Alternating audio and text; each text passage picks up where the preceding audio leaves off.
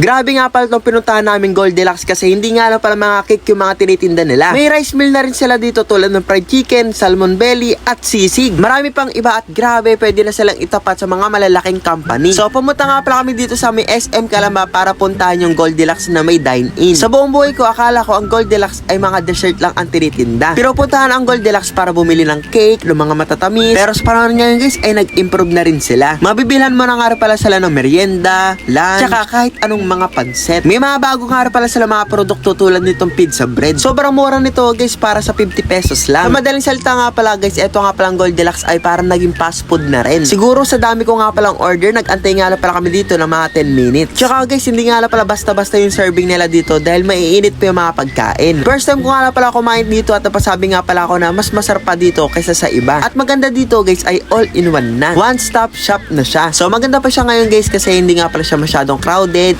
mabilis yung serving at masasarap yung mga pagkain. Noong una nga guys, di ko nga ine-expect na masasarap yung mga pagkain nila dito. Nasa isip ko guys, baka ininit lang yan. Pero hindi guys kasi quality at ang dami nila mag-serve. Tulad ditong gravy nila guys, grabe, sobrang sarap. Pwede mo na nga to isabaw. At yung pinakamaganda dito guys ay malaki nga pala yung chicken nila. Kaya kung nagsasawa na nga pala kayo sa mga nakasanayan natin, pwede nyo itry itong Goldilocks. At hindi nga pala malata yung kanin nila. Marami nga pala kayong pwedeng ma-order dito kaya hindi nga pala kayo magsasawa. Tulad dito guys, sinigang na salmon belly. Grabe, sobrang sarap nito. Bagay na bagay ito lalo na sa panahon ngayon. Hindi nga pala exaggerated guys pero marami nga pala yung laman nito at malalaki. Tuwan-tuwa ako sa bagong Goldilocks. Meron na bang ganito sa inyo? At sa lahat nga pala na nakainan kong halo-halo ay dito nga pala ako nagulat. Compare nga pala to sa halo-halo ng fast food, ito nga pala yung pinakamaraming laman. Siguro ito nga palang halo-halo ay good for 3. At dito ako tuwan-tuwa guys kasi masasarap nga pala yung gulaman nila. Hindi mo malalasahan dito yung lasang kalawang. So yung kinakain ko nga pala sa ilalim guys ay malinis naman siguro yan. Tapos dito nga pala sa mga silog meal nila ay natutuwa ako. Yung luto kasi dito sa itlog nila guys ay half cook lang. Ito pa naman yung mga favorite kong luto sa itlog. Tapos meron pa siyang extra na half rice. At dito nga rin pala sa sisig guys ay meron nga rin pala siyang provided na kalamansi at toyo. Yung toyo nga pala nila dito guys hindi nga pala siya tinipid kasi maalat. Tapos si sisig nga pala nila malambot na crunchy. Hindi na nga rin pala ako sanay na paubos na yung chicken meron pang natitirang gravy. Dito mo talaga masasabi na hindi nagtitipid si Goldilocks sa customer. Pati nga yung baby ko guys tontuwa kasi dito ka nga pala makakabili ng sinigang na salmon belly. Sa sobrang sarap guys mapapa-primitive mukbang ka dito. Walaan nyo nga rin pala guys kung magkano nga rin pala yung nagastos ko sa pagkain namin. Sobrang busog ko na nga pala guys bigla na nga rin pala akong inaantok. Tapos naalala ko meron pa pala akong halo-halo dito na sobrang laki. Nag-share na nga rin kami dito pero hindi pa rin nauubos. Pagpasensyaan nyo na nga rin pala kami guys kung ganito na nga pala yung kinalabasan pagkatapos namin kumain. Nakakayaman pero gusto ko sana tong i-take out pa. Pero ito nga palang halo-halo guys ay parang nga palang hindi nabawasan. Nahihirapan nga rin pala ako ilagay yung takip dito kasi sobrang sikip. Talagang hindi matatapon kapag nag-take out ka. Kaya guys yun lang. Thank you for watching. Bye bye!